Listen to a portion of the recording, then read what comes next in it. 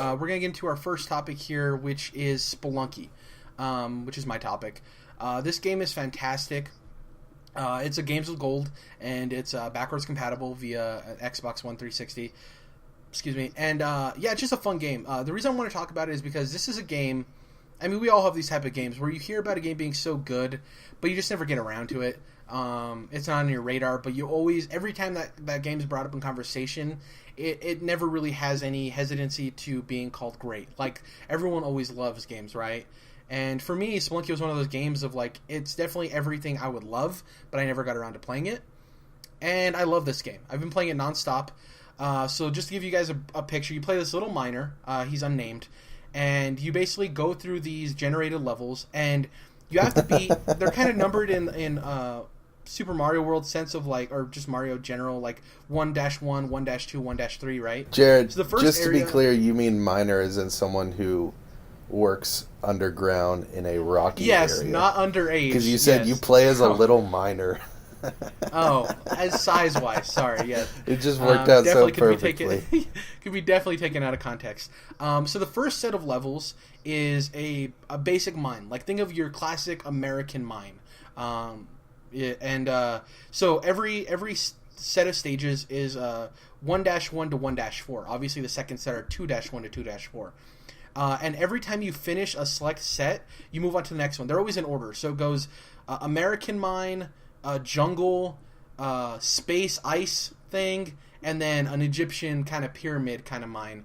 And every time you finish one set, you run into a guy, right? There's this guy just standing there, kind of the bridge between the two places.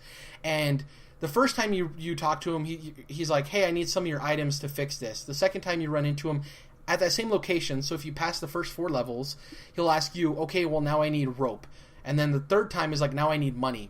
And so in order to get him to do something worthy of his time, you need to beat that same set of 4 levels, so the first 4 levels of the game, at least 3 times, right? And the game is very hard. It's very challenging. And then you open up a shortcut. So it's not you get to the end of this point and there's automatically a shortcut. You have to get to the end of the set of levels with the specific item he needs for that specific time that you got there. Damn. That's some Bloodborne shit, that? Yeah.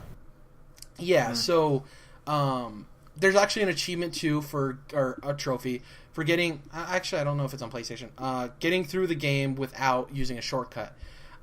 This game is very hard. What I love most about this game is that it's definitely playstyle based. So the basic mechanics of the game is you spawn at the top of the map, and it's 2D, and the point of the game is to work your way down to the bottom where there's an exit. Between those 2 points are a bunch of different areas that you have to platform through. There's enemies of different types depending on the set of levels you're in. So the American style mine has snakes and spiders and stuff like that, whereas the jungle area has like Venus flytraps and a lot of different, like, they're very based on the location you're at, and it's very hard. At your disposal, every time you start the set at the beginning of the game, you spawn with 4 bombs and 4 ropes. Ropes you throw out to help you climb up and down, obviously, and bombs are used to explode the actual map. There's a store that can randomly be generated in a level where you can buy stuff. That's another point. You're a miner, a digging miner, not an underage miner, and you gather gold through the levels as well. So that's the second part of the game.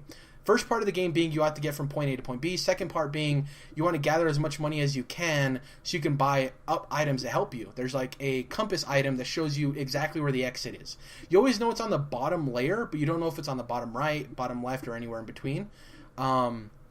There's tons of different items that help you do tons of different things.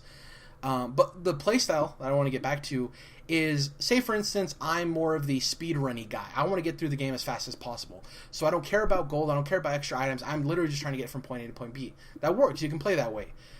Jordan, say you're the methodical, want to get the most out of each level. Yeah. They are timed, but you want to definitely get as much gold as you can. You want to pace yourself through the run. You kind of want to, see an area, figure it out first, and then move forward. You can definitely play that way too.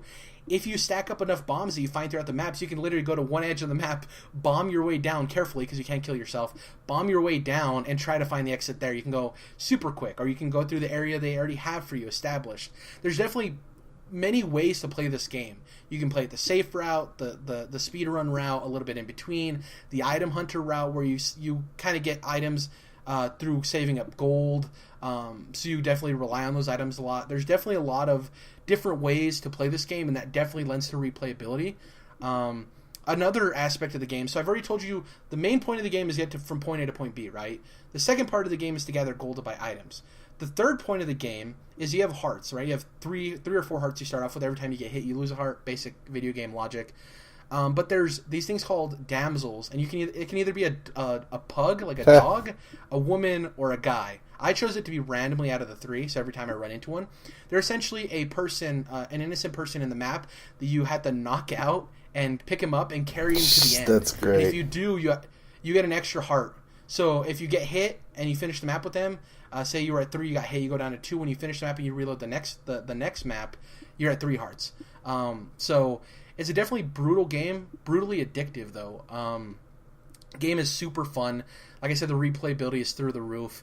So there's 4 sets of maps, right? Like I told you guys, there's the American mine, the jungle mine, and the ice mine, and then there's the 4th one, the Egyptian one. I have gotten the checkpoint so that way I can spawn in the jungle mine to begin with, the second set.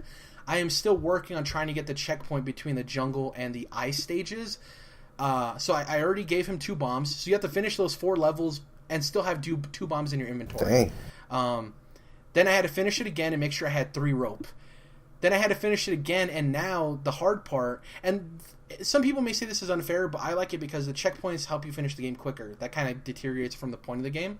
But now in order to get that checkpoint, not only do I have to finish those 4 maps without dying, I have to somehow have enough money to buy a shotgun and make it through those stages at any point and get to him with the shotgun still in my hand. Jesus Christ. And when you get hit, you can lose the item too. Yeah, so it's very brutal, but I love that. Like some of my favorite games, Dark Souls, Shovel Knight. Shovel Knight's not too hard, but like I love hard games, right? Trials. So I'm still trying to get that checkpoint. I've made it to the end set of levels, the Egyptian levels, but I didn't beat it. And like I said, when you die, you have to start the game all over again. You don't get a start. There's not checkpoints. That's what you get, those little checkpoints to. So when you start the game, there's like doors. You can either go through the main door to start from the beginning of the game, or you can go to those checkpoints, right? So there's like a jungle door. Yeah, I've been talking for so long. What do you guys think? Does this game sound interesting? If it came to PlayStation, I don't know if it is. Is this a game you would play on Vita? When did this game first come out? 2012. Okay, that sounds about right. Okay. Yeah, and then it was ported to the Xbox 360 in 2013, I think. Could be wrong about that. Now it's obviously available through backwards compatibility. I'm excited for Spelunky 2. I think this game was actually made by one person too, which is amazing in and of itself. So this game is on Vita, by the way. Yes. It is? PS4, PS3, and Vita. I suggest if it comes on sale, if you don't want to, I don't know, it's maybe $5, I don't know how much it is.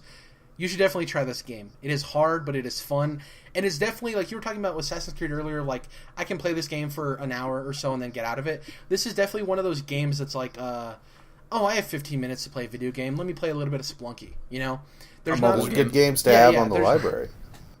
Yeah, definitely. It's a very good game to have on a mobile device. There's not like a crazy storyline by any means. It's just how far will I get this time I'm playing, you know?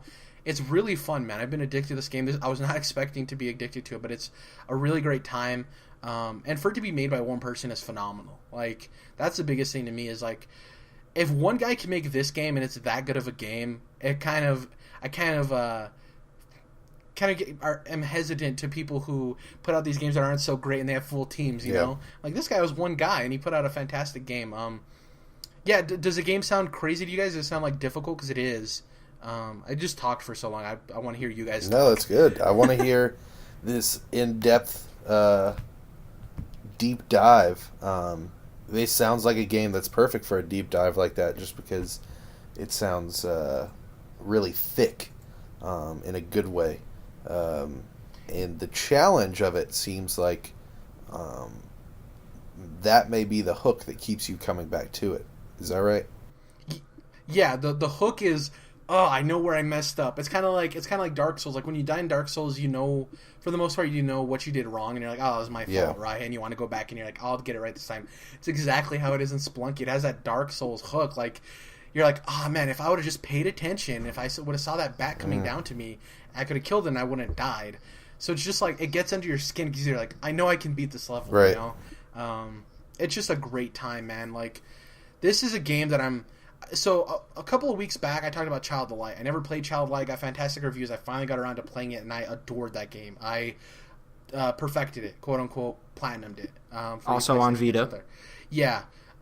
This is a game that I definitely love, and this is, for me, this brings up just, if there's a game that you missed and you weren't there for the zeitgeist of it, and you hear it's a great game and you want to play it, go try it. Just because it came out a while ago doesn't mean you shouldn't at least try it. Amen. Yeah, some of the best gaming experiences I've had this year. Child of Light and Spelunky were games that I heard were so good, never got around to them, finally did, and I love them. So I definitely think it's never too late to play great games. I think that was my takeaway.